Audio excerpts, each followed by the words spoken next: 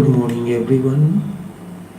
We are coming to you live via Facebook streaming, via YouTube streaming, and also via Skype online. Each one of you is welcome to this live streaming. 2nd of November 2019 from studios in Trinidad. Going within, manifest and unmanifest are one. When I say manifest and unmanifest are one, I am putting a pause and all that is dualistic. Whether it is known and unknown, day and night, good and bad, right and wrong, they are like two sides of the same coin. It is like a tunnel or a cylinder, one end of which is one duality and the other end is the other. Somewhere they are connected to one another, but you do not see that deep connection. You do not see the deep connection between the two dualities. Science has discovered the concept of black hole. All of a sudden a big star disappears. Not only human beings are born and die, but stars and planets, stars also are born, continue to live, and then become unmanifest. So this black hole is very much like the concept of emptiness of Buddha. All forms collapse and disappear into blackness, and then they have rested for a long period of time. They bubble up again, and it is said a new star is born. This goes on, life and death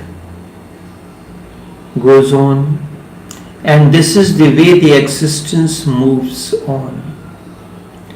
They manifest. First, something becomes manifest, then it becomes tired, goes into unmanifest, and again during the process of unmanifest it revives its energy through rest, relaxation, again becomes manifest. Whole day you work, you become tired, night falls, in the night you disappear into the sleep, the black hole. You put the lights off, you slip under your blanket, close your eyes, and within moments your consciousness is gone. You have collapsed withinwards. There are moments when even dreams do not happen. Then that moment the sleep is deepest. In that sleep you are actually in a black hole. You are dead. For the time being, You are in death, resting in death, and then morning comes, you again are back, full of the juice of life, fully energized, rejuvenated. If you have really had a good sleep, deep sleep without dreams, the morning is so fresh, so vital, so radiant that you again are young. If you know how to sleep deeply, you know how to revive yourself again and again. By evening again you are collapsing, tired, exhausted by day's activities. The same happens to everything and every action that you perform. Everything that you do in life, a moment to moment, man, you are a miniature of the entire existence. What happens to you happens to the whole existence on a bigger scale. You are miniature, the existence is bigger. That is all. Every night you disappear into nothingness. After finishing the act, whatsoever you are doing, you enter into nothingness. Every morning you come into form, no form, form, no form. This is how life moves on. Manifest, unmanifest, manifest, unmanifest, and this process goes on. This is the very way the life goes on. You wake up in the morning fresh after a good night rest. You are recuperated, full of energy. You continue to work. So if we learn the art of being relaxed while the act is going on, you are full of vitality always. If we remember this process of manifesting, unmanifesting, form and no form, that is the reason when we are talking a word, the silence that I am becomes manifest. The silence within me, the emptiness within me, because silence and emptiness are not separate from one another. They are the same thing. Expresses itself through gestures and words. It becomes form. Word is a form. It becomes manifest. Then there comes a gap. I am speaking, and then after each word there is a gap. This gap depends upon, if the gap becomes longer, your consciousness begins to change. That is the reason when you come in the company of the Master, he is totally relaxed. Not only that, he is dwelling in his inner space, the emptiness. Out of that space he comes to speak to you. but He has to take you into the space that He is.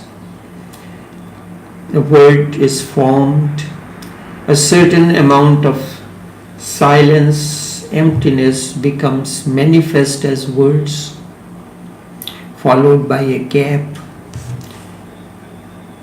a word, a gap. In the language of music, it is known as khali. The word you will understand only because of this emptiness. You do the deco on the wall.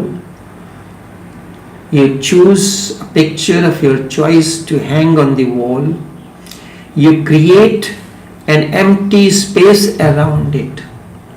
And it is only because of the empty space the picture becomes manifest and it shows clearly as a piece of decoration. If there is too much of congestion, too much things hanging on the wall, then it has no space to manifest itself. This we know very well. We do not cluster the wall with too many hangings.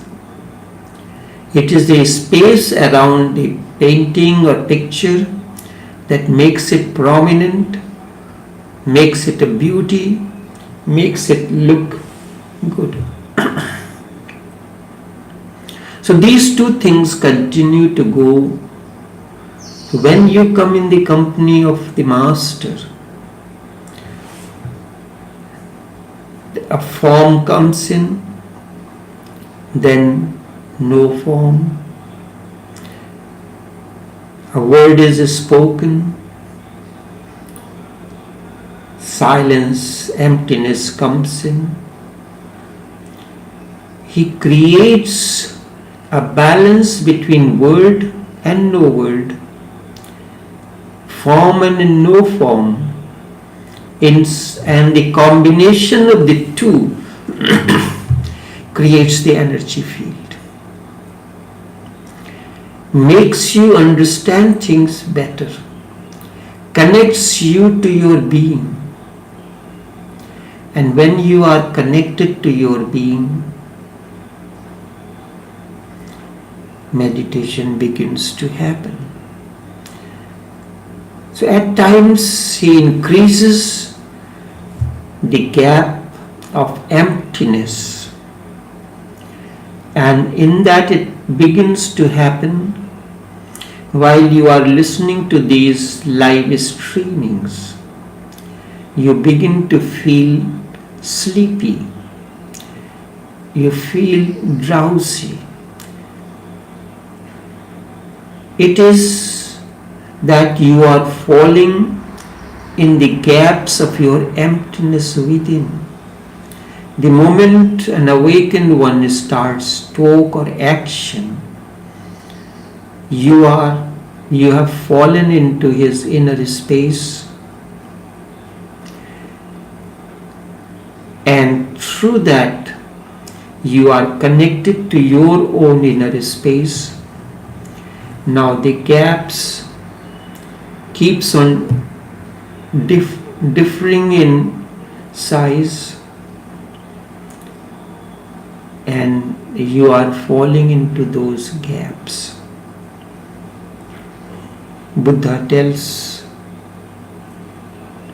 Sariputra, "Hear, O Sariputra, all dharmas are marked with emptiness. They are not produced or stopped. There is no one creating or dissolving. Things happen on its own." Buddha is saying nothing is to be done. Grass grows by itself. Understanding is needed. Nothing is to be done. Understanding is necessary.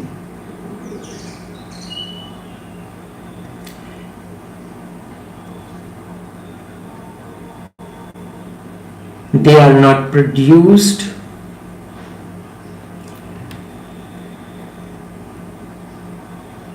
and they are not stopped. Everything happens on its own. They are not stopped or produced. Nobody is producing these forms and nobody is stopping these forms. Buddha does not believe in God as a manipulator like any other religion, as controller, as the creator. No. That will be the duality, you and I, God and I. And it is very beginning, it is said there is only oneness. If there is oneness, then how can there be the duality of you and I? Nobody is producing these forms, nobody is stopping these either. Buddha does not believe in the God as a manipulator, as a controller, as a creator, because that would be duality. An unnecessary hypothesis is being created. Buddha says it is happening on its own, it is natural, it is spontaneous, nobody is doing it. It is not that first God thinks, let there be light, and as it is said in the Bible, so there is light.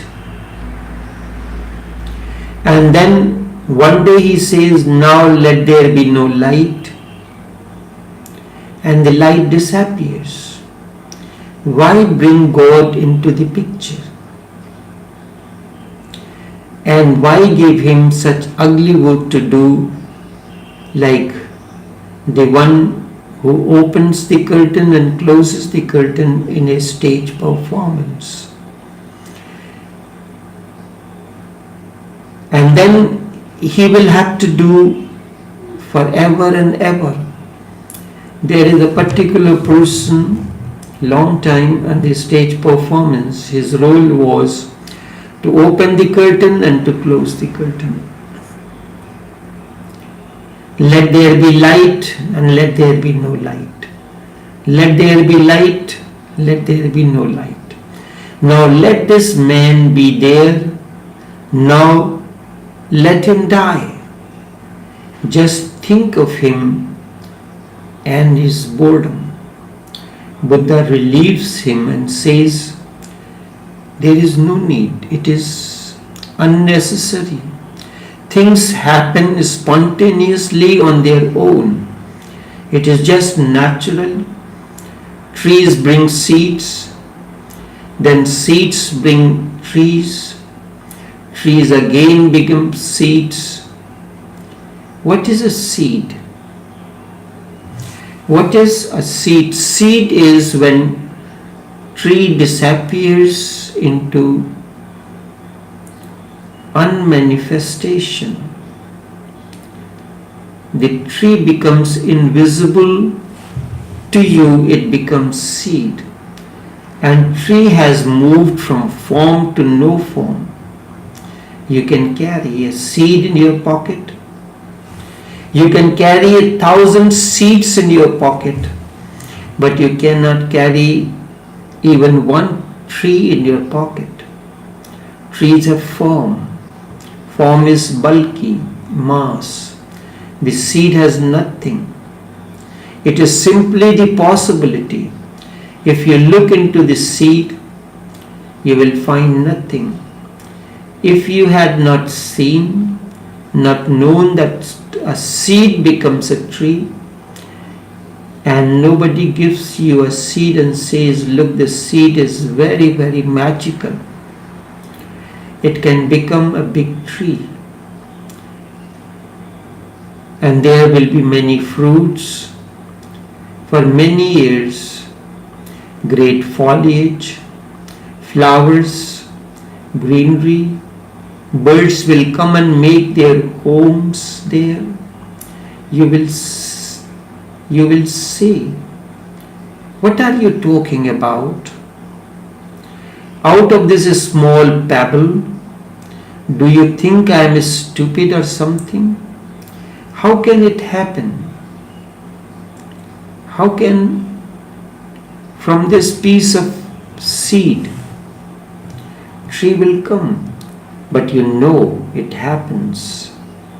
That is why you do not take note of it, because you know naturally it happens. A miracle is happening.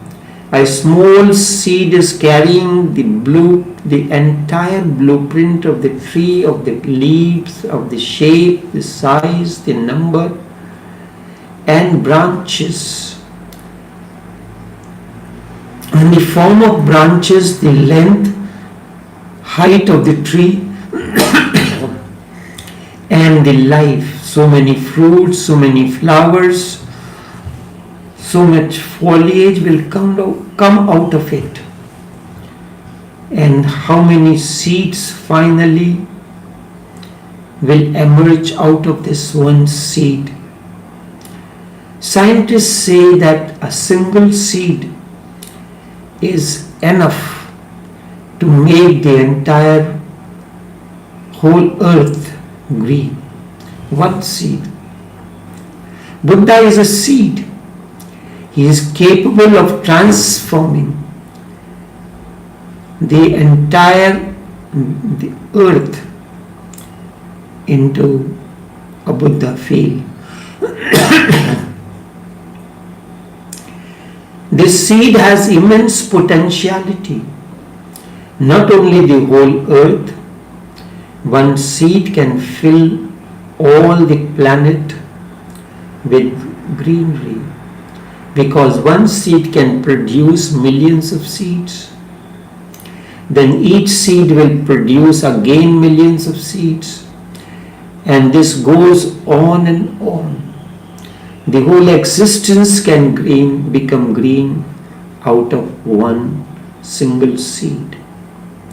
Nothingness is very potential, very powerful, immense, enormous, and vast. Buddha says nobody is producing it, nobody is stopping it. There is no need to go to a temple to pray or tell God do this or don't do that, because there is no one.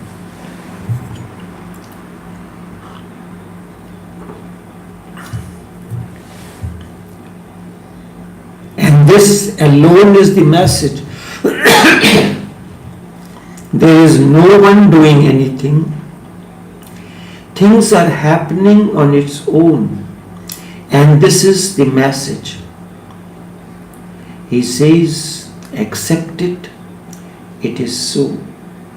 It is in the nature of things. It is just natural. Things come and go. In this very acceptance, in this very suchness, all worries disappear. You are freed from problems, worries, and nothing can be stopped, nothing can be changed, and nothing can be produced. Things are as they are. Things will be as they will be.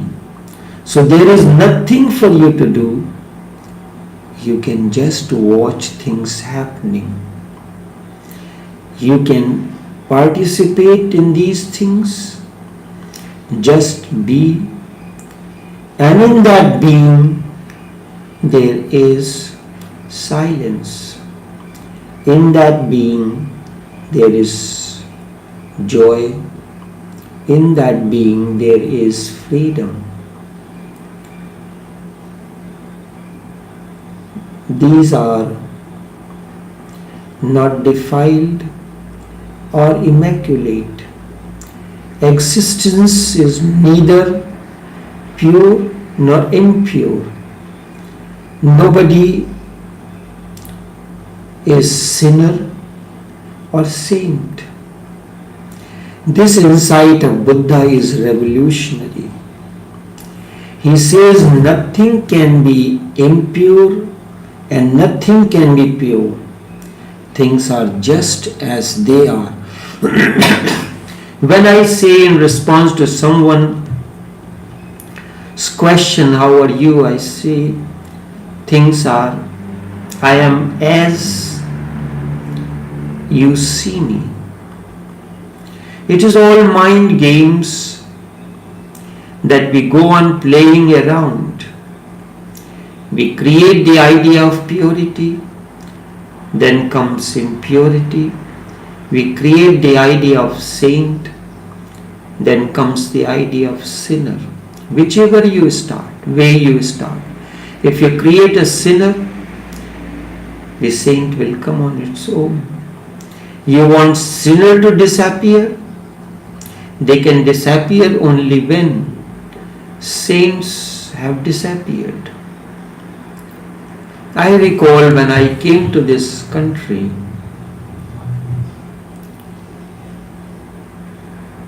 the life was simple. The religious places like churches, temples, and the mosques were far apart. Not within 4 or 5 miles radius. That time the criminal activities was less. The houses did not have the burglar proofs. The house where I was living, it has the front door half wood and half glass. And if you pull it out with the force, the door may come out. And in the past 20 years, every nook and corner within a mile radius, half a mile radius, you will find a religious place. In the same proportion, the criminal activities have increased. Every house has the doors and windows secured with burglar proofs. So the two things go simultaneously. Now it is easy to find a religious place, be it temple, church or mosque, within your close proximity. So if you want sinners to disappear, they can disappear only when saints have disappeared, not before that. The two exist together. You want immorality to disappear, then morality has to go. If morality it is morality that creates immorality. It is a saint that creates sinner. It is the security that creates insecurity. It is the moral ideas that created the condemnation of few people. Nothing immoral. Just create an idea and there is morality. You can make a holy cow out of nothing and then it becomes a problem. The life goes on like this. Buddha says nothing is defiled and nothing is immaculate. Purity, impurity, these dualities are the attributes of the mind. These have to vanish. Can you tell about a tree, whether it is moral or immoral, whether it is pure or impure? Can you say anything about an animal? Is it that it is a sinner or a saint. Try to see the ultimate vision. There is no sinner, no saint, nothing moral, nothing immoral. In this acceptance alone, there is possibility of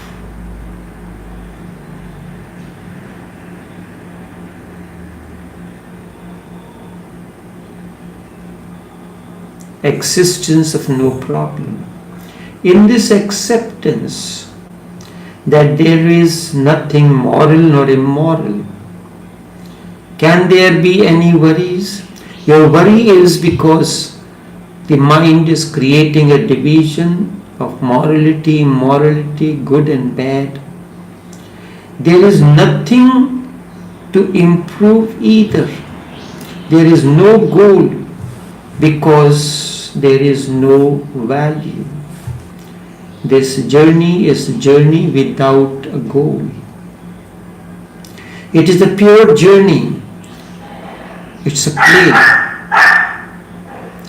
Hindus have said life is a leela, a play, and there is nobody behind it doing it. It is all happening. There is nobody doing it. If doer is there, the problem arises. Then you pray to the doer, persuade him, then become friends with the doer. Then you will be benefited, and those who do not become friends will be deprived of. They will suffer in hell. That is what Christians, Hindus and Mohammedans think. Life goes on like this. There is no duality.